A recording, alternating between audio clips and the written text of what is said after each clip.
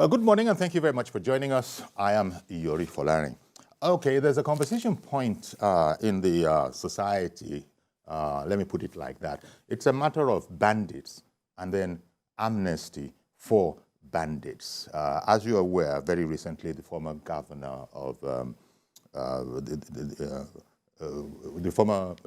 former governor, Governor Ahmed Yerima, I beg your pardon, Ahmed Yerima, former governor of Zamfara State, visited the president and reportedly was recommending to the president that he should consider negotiating with bandits, talking with bandits with an idea of giving them amnesty. I've heard all sorts of reasons. One of the ones that we've heard before that has really been annoying to some people is that just like the federal government did, to Niger Delta militants, this might be an opportunity to extend that particular notion.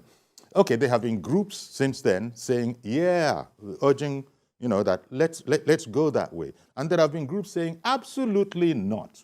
President, please discountenance any such suggestions. Okay, so we're going to look at it today and find out what are the issues there. We're fortunate we have a former secretary to the government of Katsina State, and Dr. Mustapha Inua is our guest this morning. He joins us via Zoom. Good morning to you, Dr. Mustapha Inua. Good morning. Yes, thank you very much for making time for us. So as I was saying, you're former secretary to the government of Katsina State, so you're really in the thick of it, in the sense that you know all about those issues going back to when you were in government. Now, give me your thoughts on the whole notion of bandits, quite frankly, criminals that have been causing woe to our people. A former governor, now a senator, actually was proposing that, it might be a good idea to engage with them, talk with them, with a view to reaching some sort of amnesty. Your thoughts on that whole notion, sir? Okay, thank you very much for having me on this very important program. You see, I saw the comments by the former governor and a few others, like Sheikh Gobi, all in the same all.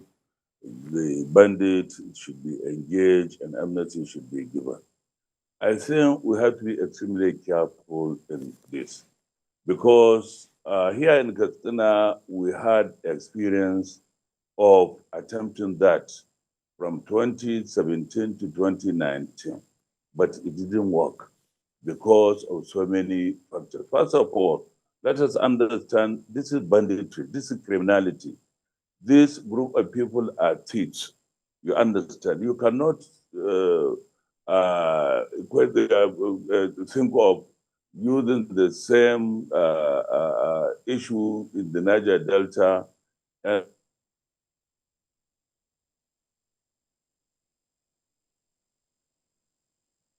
Okay, as soon as we get Dr. And even Boko Haram with this resource control, talking about their environment, talking about marginalization and so on. And they have leaders that you can sit and talk with it. And if you are able to come to agreement with them, you can achieve whatever you want to achieve, as started by late President Eradua. The sense of Boko Haram, they are talking on ideology, talking about religion, talking about things that they believe is not done the way they are supposed to be done. And they have leaders that you can sit with them, they can understand. If you are able to convince them, you have stronger points on the issues they are contesting, then you can have some reasonable understanding with them. But where you are dealing with criminals who are thieves, who are only interested in accumulating, taking about things from people, and they don't have common leaders, they are scattered. You see, I think it is important we understand the history and also the operations, the structure of these people before you can start talking about whether granting them amnesty or even talking to them, dialogue with them, and so on, even if it work. You understand? Mm-hmm. And this you can do from the point of strength, not from the point of weakness. Because if the bandits are seeking for government to come and negotiate with it is a different thing. But where the government is asking the bandit, let us negotiate, I think it's wrong. One, they are thieves. Okay, if you ask them to leave what they are doing based on certain condition, what condition do you give them? Do you continue to give them what they are getting from the communities, from the societies? The leaders have a lot of youth under them. So if they willingly accept to leave what they are doing, how do they continue to maintain such battalion of youth who have nothing doing? Apart, you see, this boundary is becoming culture now among these people. Like I said, it is important we understand the history. This is not something that started this year, 2 years ago, or even during this administration. As far back as 1891, boundary was in existence in this area. And it continued even during the colonial period. If you go to history, you go to archive, you see all these things. So it is not something that is new. But the problem is, like we said, they are interested in taking property from people. Initially, it was wrestling, cattle wrestling, and abusing, but now it's become a full-blown kidnapping issue and so on, where they kidnap people, they take ransom and huge sum of money, which they cannot get from any legitimate business or any legitimate thing they used to do. So the point is, let us not rush into taking decisions that will not be any meaningful progress. And if this issue has to be done, it has to be done holistically. Like I said, 2017, in Katsina here, we attempted doing that. We are able to succeed to some extent, but the problem is, it was only Katsina that engaged these people, and most of them, to be candid, they are not sincere. What they tell you is different from what they do. And when they accept, all those who accepted Amnesty initially went back into the policy and continued their businesses. And the few ones who were sincere were killed by those who did not accept the arrangement because they did not trust them, they saw them as enemies, and they killed all of them. You understand? So it is not even possible for us to succeed because other states around, like Zamfara, Kaduna, Kebbi, and those affected states were not in support of what they were doing. So you find that those who did not accept the amnesty were majority, and therefore they not only killed those who accepted amnesty, but they also took away their livestock, including their wives. You understand? Yes. So it is not easy. It is not something that we can say, yes, you go and negotiate. Moreover, there are moral questions. Look at what happened over the years. A lot of people were killed. A lot of people were abused, especially women. A lot of them have even children from those bandits. A lot of properties were lost. Many people have to sell their farms, their houses, and all what belonged to them to pay for ransom. Okay. And now you say, okay, let us I beg your pardon. give this. I said many of them to pay for ransom. Just as I was going to get there is when you mentioned this question of the moral issue. I guess that's the most worrying to people. How can people take on a whole country, its laws, and those that are in charge, you know, those that are in charge seem not to be able to do the right thing. I say this in relation to all the some other troubles that we've had. We've had troubles with Boko Haram. You've explained that, yes, those ones might say that they actually have philosophical points. The Niger Delta, you've explained how you can't compare Niger Delta with bandits and that kind of a thing. But that a person, you know, such an eminent person as a former governor, a city, and a senator, is actually making these proposals. And I think among the things that were said were that, yeah, if the army were to go after them, for instance, in a once and for all kind of a manner, there will be collateral damage. We've heard that in relation to Boko Haram as well. I don't know what you make of such arguments. Because these are... Collateral damage. Yes, please continue, sir. You see, what collateral damage people are talking about? You see, these people have waged war against the entire community. People are being killed on daily basis. As I'm talking to you now, people are being killed in different parts of my state, at least in Zamfara and a few states around. You understand? Like I said, they kill so many people. They destroy so many things. They abuse so many women. And many people lost their properties to pay ransom for their loved ones, and some that are now rendered poor and without anything. So you see, if the government, like I said it several times when I was in government, I said it in writing, I said it at various fora with the security agencies, believe you me, if the government is to do what it's supposed to do, this will not take us more than 3 months to get killed. Because when you go around, I have opportunity to fly over the border with the airport. It's something that you can easily see. You can see people moving. You can see animals moving. It's not something that is very difficult to penetrate, but the security agencies are not doing what they're supposed to do. This is the truth of the matter.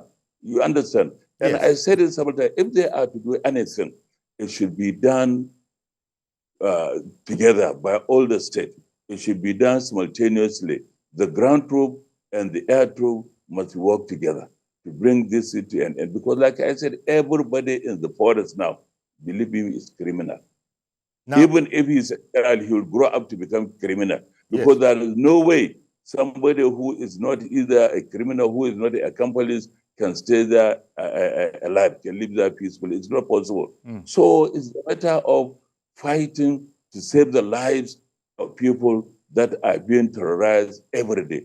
People now don't go to farm. They don't go to market. They don't do what they ordinarily they do. So why are you looking at only one side of the people, okay, the criminals? These are criminals. Dr. Inua, what's your idea? Because people that are far away from the centers of the real violence, they might not understand the agony of the people there, although I would imagine that most people can sort of identify, but it's not quite like being in the middle of it. Now, yes, you've just said something that the military authorities, the military is not, apparently is not doing what it is supposed to do. Now, we know that what the military people do is they await orders and they will execute orders. And I don't think anybody is able to say that Nigerian soldiers are not capable. So it will come back to this whole question of political will, the will to do the right thing. It has been said that if the army were given marching orders, they know what to do. What is your thought about that notion? You see, I said it myself, because if the Nigerian army could fight the civil war at the time in the late 60s, and in an area, in a terrain that is very difficult, you understand, to penetrate, and with very low modern weapons at that time, I believe the Nigerian army is equally capable of fighting this within a short period of time. What do you like you rightly said, one, it is the political will. I believe what people are being told publicly by the political leaders is, I believe, different from what they are telling the security agencies to do. Otherwise, I cannot understand. Earlier, we are told that there were no aircraft with night capability. Later, we are told these things were purchased. We are told that these people are not terrorists, so they should not be treated like they treating Boko Haram and other people. Later, they were declared terrorists. So what is the problem again? Like we said, that I understood it from two angles. One, the political leaders here, the governors, who generally should assist in providing logistics to the security agencies, and also taking some political decisions together, like if they decide to ban the use of motorcycle, sales of petrol, closer a market and so on. This is where the governors come. But the real action, the real war, the real military or whatever security council is done, it's supposed to be done by the military. But it's like I said several times, this must be done simultaneously and should be done by all the state concerned and should be well coordinated, both ground and air.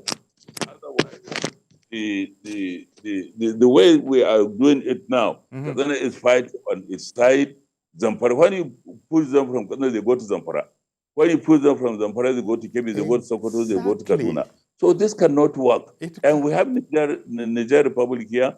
They are supportive. We had series of meetings with them. Our governor, then the former governor, had a reason to chair meeting with the Nigerian, especially Marathi governor and so on. They were willing to support the government.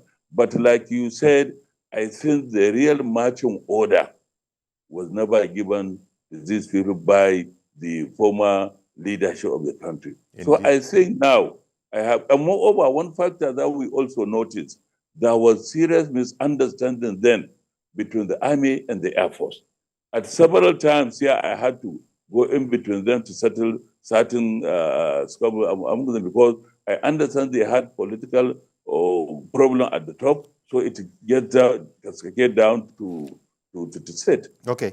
But now, I think the president, I understand he had talked to them, he will do them, he will support them, he also enjoy them to work as one. So I think it is high time the present government give the marching order and provide them with the necessary things they require, with the support of the governors and the locals who are ready to provide the necessary intelligence, the necessary information.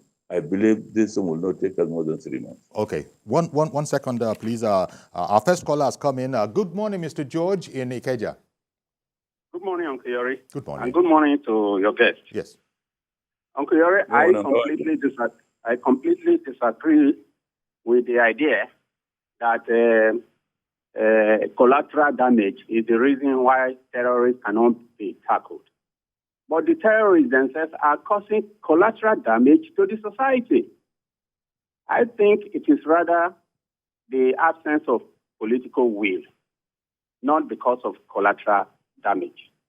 How do you allow bandits to get to the extent of acquiring drones, Uncle Yori, drones that they can even use to bomb people? And you say you are pitying such people because of collateral damage? It's unthinkable. Katsina, the gentleman that you are talking to is well placed to tell us about the experience in Katsina. They tried to negotiate with them. We also that it didn't work. Zamfara called their leaders from the bush and gave them chieftaincy titles. That did not stop anything in terms of the crimes they were committing. So how do you, as a government, call criminals that you should ordinarily crush and start negotiating with them? You are emboldening them like that. It is not the right thing to do to be negotiating with somebody who is just a criminal. They don't have principles. They are not fighting any cause. They are just there to kill people and make money out of it. So, for me, indeed, the Boko Haram issue is a different scenario. It is. I have personally observed that as soon as Boko Haram was degraded in the northeast, the government relaxed security control.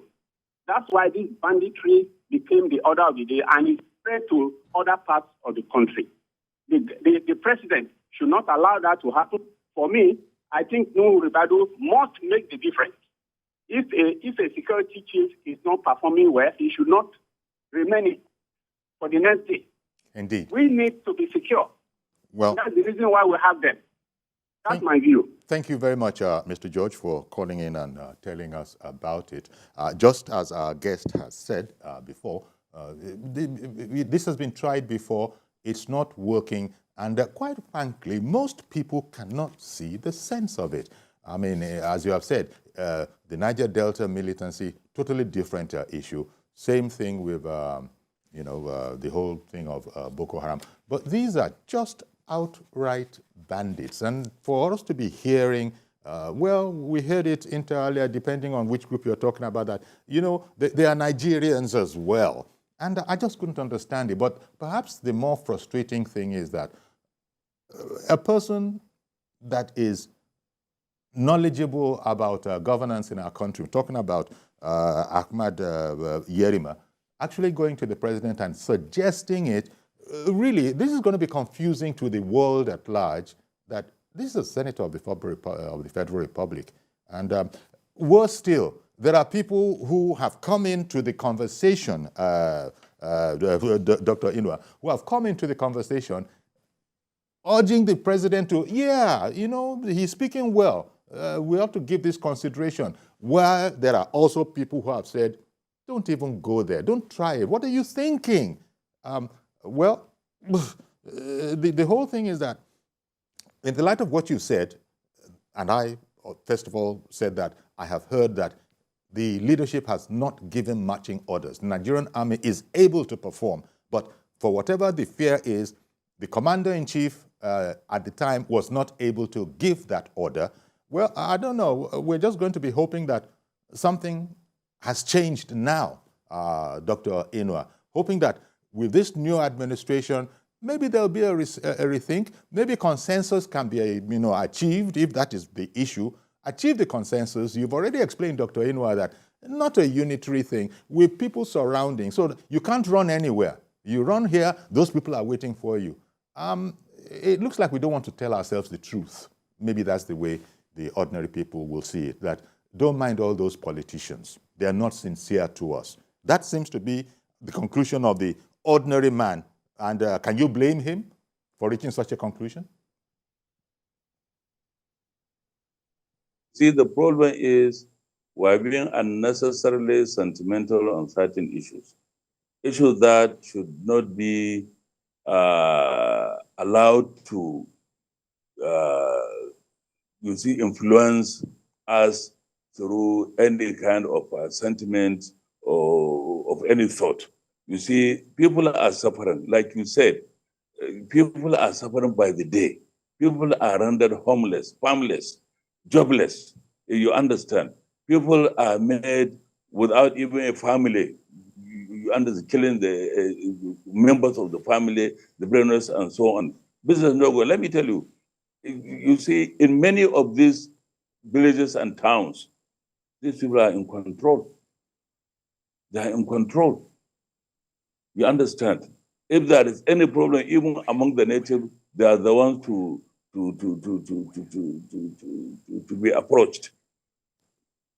The present governor of Katsan said, directed all chairmen to relocate to their local government and make sure they live in their various local government. They don't, because they cannot. You understand? Most of these are not being reported. People are really under siege. Yes. Whether like it or not, this is the truth. This morning, I have seen in Zamfara at the checkpoint, about 4 policemen were killed. This is a daily occurrence. So how can you tell me with all this? And let me tell you, these people are not sincere. Whatever they tell you, the bandit, they don't mean it. Indeed. There was nothing we did not do here. You see, we discussed with them. Some of them even surrendered. And if they are to surrender their firearms, they surrender locally made or even the damaged ones. You understand? They are not sincere. Indeed. And this is just what former Governor El Rufai found out until he swore that never again would he go into talks with them. In the meantime, let me bring in another caller, Mr. Ndukwe, calling in from Imo State. Good morning to you. Okay, we lost him. Just as you were saying, Doctor, former Governor, El Rufai of Kaduna, he went that way. And then he was betrayed, his trust or understanding was betrayed, and then the governor swore that never again would that kind of a thing happen. So really, the other caller who called in on the program, he had even brought the National Security Advisor into the matter, that this might well be one of the first tests for him in terms of putting our country back on the path of sanity, not one where hoodlums are operating above the Constitution. And I'm still I'm still nonplussed as to how a former governor and a senator could go to Aso Rock and actually speak for allowing bandits to be pardoned. I still don't understand that part of it. Oh, I understand that. Sorry, I understand I got that call back. Who is calling? Is it Kingsley in Imo now? Okay. Okay, Mr. Kingsley in Imo, good morning to you. Good morning, sir, Mr. Yuri. Okay, good morning. Please go ahead. Yeah, honestly, the thought of granting amnesty to bandits is a misnomer to me because I can't really make out any sense. These people that are killing people, even till tomorrow, like the news you people are dishing out to us, what they are doing in Jos. I can't really understand how the government will think of granting amnesty to this set of people that are lavishing lives and destroying properties. Whereas people that are, looking for a way to better their lives and organize their society, government has not granted them amnesty. Let alone bandits that are killing people. I don't really understand. Yeah. In this country, are we really serious to fight insecurity? Okay. Do we really mean to organize a civil society that will be better for all? Nigerians are suffering. People are so poor they cannot find something to eat. And government is contemplating. I mean, No, government isn't contemplating. Sorry, sir. Government isn't contemplating, but we're having this conversation because people in governance, have actually gone to the government, gone to the president, and have made these suggestions. But thank you very much for your call. We'll continue with this conversation.